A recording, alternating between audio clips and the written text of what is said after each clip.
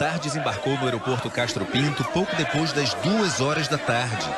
Quando apareceu no saguão, foi saudado por simpatizantes e correligionários. O deputado federal Jair Bolsonaro, do PP do Rio de Janeiro, só conseguiu caminhar com a ajuda de seguranças. Depois de alguns metros, recebeu um megafone, foi colocado nas costas de um simpatizante e fez um discurso. Bolsonaro fez críticas ao PT e condenou atos de corrupção do governo federal. A cada frase era aclamado. Depois seguiu para o Legislativo Municipal. Os manifestantes favoráveis ocuparam a entrada da Câmara. Graças a Deus, tenho sido muito bem recebido em qualquer lugar que eu vou do Brasil.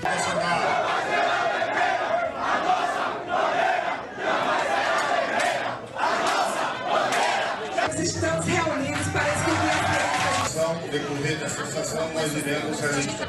A mensagem que eu trago aqui, a primeira, é aqueles que me condenam por não ter aprovado nada em Brasília. A possibilidade nossa do time de futebol não é apenas o atacante, temos que ver também o lado do goleiro. Mas hoje nós fizemos um gol de placa. O gol de placa ontem foi num veto que é... Então não é essa a questão. Santana, da próxima vez tem que votar com a gente. De acordo com as regras. Os manifestantes favoráveis e contrários ao deputado Jair Bolsonaro, durante todo o tempo, trocaram provocações. Também justificaram suas opiniões. Ele representa toda a repressão, todo o retrocesso que o Brasil, o povo brasileiro, vem sofrendo. Porque ele é homofóbico, ele é racista. Acredito que Bolsonaro, hoje, é a pessoa que representa o que vai de encontro a tudo isso que a gente está vendo, essa desordem no país. Dentro da Câmara, Bolsonaro concediu uma entrevista coletiva. A maior parte do tempo fazendo críticas muito contundentes ao governo federal. O PT implantou aqui o maior programa de corrupção do mundo, atrás de um projeto de poder. Enquanto a Petrobras estava sendo assaltada, tudo que interessava para o PT era aprovado dentro da Câmara e do Senado. Que lição você pode ter disso aí? Quando se fala em educação, que educação é essa no governo? Tira a autoridade primeiro dos pais na sala de aula com a lei das palmadas e depois tira do próprio professor. O plenário ficou lotado, as galerias também. A maioria simpatizante de Bolsonaro. A sessão especial durou 2 horas no total e discutiu o atual momento político que o país passa. Jair Bolsonaro fez um discurso de 30 minutos e depois respondeu as perguntas dos presentes aqui no plenário. Ele se posicionou contra as cotas, defendeu o porte de arma para o cidadão, reafirmou que é contra o aborto e a favor da família. Foi aplaudido. O deputado foi recebido com festa por partidários e eleitores na Câmara Municipal e hoje está aqui com a gente, inclusive com a participação do nosso comentarista aqui de política, o Vitor Paiva. Bom dia para todos. Bom dia. Seja bem-vindo. E a gente começa com uma pergunta sobre essa polêmica, né?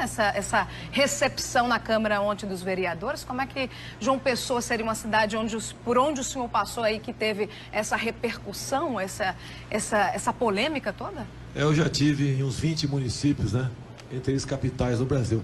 Recepção é muito semelhante. Quando tive, por exemplo, agora, há 2 semanas em Recife, a imprensa local disse que recepção igual a minha no aeroporto, só quando Miguel Arraes veio do exílio. O retrato que eu tiro disso é de uma total ausência de lideranças políticas de âmbito nacional. E vem em mim alguém que pode realmente disputar uma presidência no futuro, com chance de vitória e mudar o Brasil longe do politicamente correto. E tratando, por exemplo, todos iguais. Quando falo em racismo, falo isso porque eu sou contra cotas em nosso país. Nós somos iguais.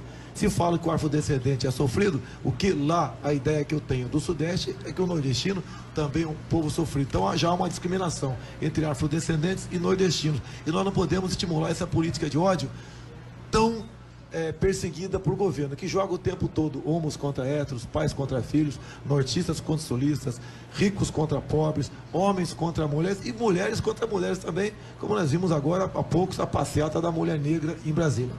Deputado, o senhor se considera um cidadão homofóbico? Olha só, o que é isso aí? Eu fui contra o que... Eu descobri o kit gay em 2010. O kit gay é um material dito escolar para combater a homofobia. E ali, naquele material que eu tive acesso e tenho comigo até hoje, nós temos filmes pornográficos homoafetivos, onde mostrava para a escola, para a criancinha a partir de 6 anos de idade, imagem de 2 meninas se beijando, 2 homens se acariciando, para mostrar para a criancinha a partir de 6 anos de idade que aquilo era normal. O que eu entendia daquele material, e não só a bancada evangélica, a maioria dos parlamentares, que aquilo é inadequado. Esse tipo de educação não pode ir para dentro da escola. Quem ensina a educação sexual, não entendo, para crianças, é o pai e sua mãe. E um pai não quer ver o filho ser homossexual no futuro por influência da escola. Se vier a ser por outras questões qualquer, a família que administra. Então, como eles não tinham como contra-argumentar perto daquilo que eu descobri, e com propriedade, e muitas vezes baixando o nível também, divulguei aqui aos 4 cantos do Brasil. Nenhum pai, nenhuma mãe aceita o material conhecido como kit gay. Daí a história de homofobia para cima de mim. Se ser homofóbico é defender as criancinhas na escola, pode continuar chamando de homofóbico, não tem problema nenhum. Deputado, mais uma pergunta sobre corrupção. O senhor é um ferrenho crítico ao governo do PT, mas o seu partido, o PP, está na base. E o senhor disse agora há pouco que o PP vendeu o tempo de televisão ao PT na última eleição. Por que o senhor continua ainda no PP? Porque o senhor não deixa o partido? Olha, se eu deixar o partido, eu perco o mandato pela lei da fidelidade partidária. Mas eu fui citado no mensalão e ninguém fala nada. Joaquim Barbosa falou que foi o único deputado da base de governo que não foi comprado pelo PT. Ponto final. Isso ele leu no seu relatório da ação penal 470 dentro do Supremo Tribunal Federal. O doleiro Roberto Youssef, também, que ficou uma figura conhecida aqui por distribuir propinas, né? Especial para lisos partidários. Quando os juízes inverteram a pergunta, quem no PP não recebeu dinheiro, ele citou meu nome mais 2. Então eu respondo por mim. A política, lá não tem hierarquia entre nós, lá não é um quartel, lá não é uma família, lá cada um defende os interesses do Estado, o interesse do Brasil, o próprio interesse teu. Então eu respondo pelos meus atos. É como eu respondi um dia para um deputado do PSOL. Pô, lá o PSOL, por exemplo, defende a liberação da maconha, defende aí a questão do kit gay nas escolas, e tem um deputado que é conhecidíssimo como homossexual. Eu não posso acusar os outros de ser homossexual também. Se bem que eu não vejo crime nenhum em ser homossexual. Cada um vai ser feliz da maneira que achar que deve ser. Linda. O país está passando por vários escândalos, né, de corrupção. Como é que o senhor analisa, na sua opinião, como é que está a política aqui no país? Olha, o que eu entendo que o governo, os 2 últimos governos, né, para ter facilidade na aprovação de projetos normalmente não seriam aprovados, resolveram aqui ampliar a questão da corrupção. Você pode ver, tanto eu tenho verdade que enquanto a Petrobras, por exemplo, estava sendo assaltada, tudo que interessava para o governo era aprovado. E depois que esse crime foi descoberto, o governo passou a ter dificuldade para aprovar os seus projetos dentro da Câmara e do Senado Federal. Então a corrupção faz parte de um grande projeto de poder do PT para conseguir o poder absoluto. Você pode ver a amizade desses presidentes Lula e Dilma. Basicamente com ditaduras do mundo todo. Era o Ahmadinejad no Irã, países africanos, aqui Fidel Castro, era Chávez, agora é Maduro, Teresa Kirchner, Evo Morales, entre tantos outros. Essa é a aproximação que o governo tem com países, né, do mundo todo. Países que, em grande parte, nunca admitiram liberdade em seu solo. E esse governo fala tanto de democracia, ou seja, ele fala exatamente o contrário daquilo que na prática eles são. Deputado, o senhor defende uma flexibilização ou até mesmo o fim do Estatuto do Desarmamento. O senhor não acredita que com o cidadão armado, sem nenhum preparo, sem nenhum conhecimento técnico, a gente não vai gerar mais violência em um país tão violento como esse? Olha, no período militar, 64, 85, você comprava tua arma de fogo na mesbla. Nos Estados Unidos é assim. Nos Estados Unidos você pode comprar fuzil. No supermercado. Você também pode comprar fuzil do supermercado e botar num carrinho de feira e levar para casa. Número de mortes violentas por 100 mil habitantes dos Estados Unidos, 3. No Brasil, com esse controle rígido, que é quase impossível você ter uma arma para ter dentro da tua casa, número de mortes por 100 mil habitantes, 28. O Nordeste aqui, esse número aumenta. Até porque é o estado que mais controla armas.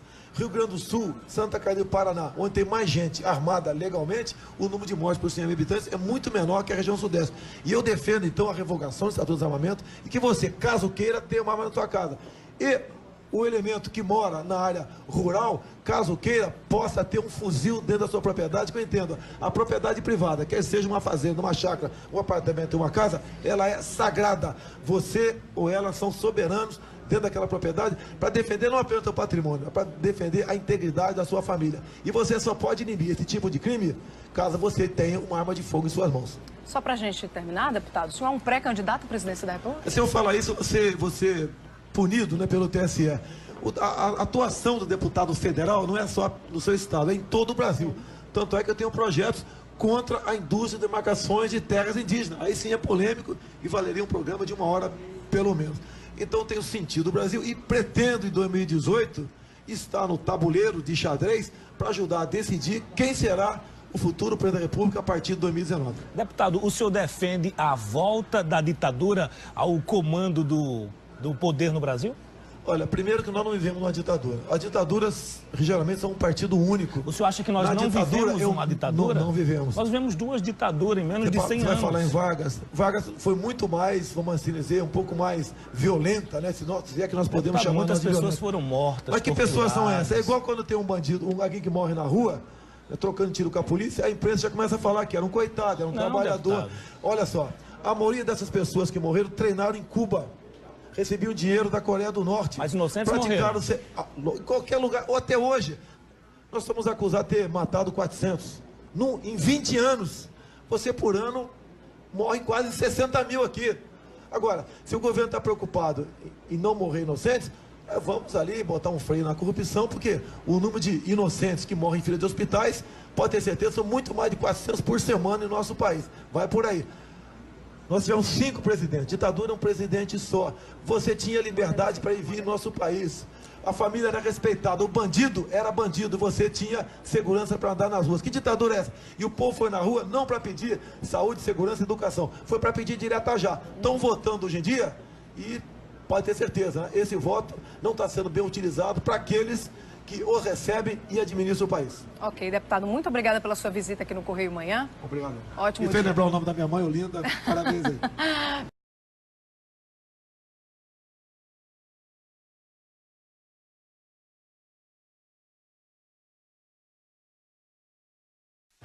Jair Bolsonaro é essa figura polêmica, né? Que agrada a alguns, desagrada a outros.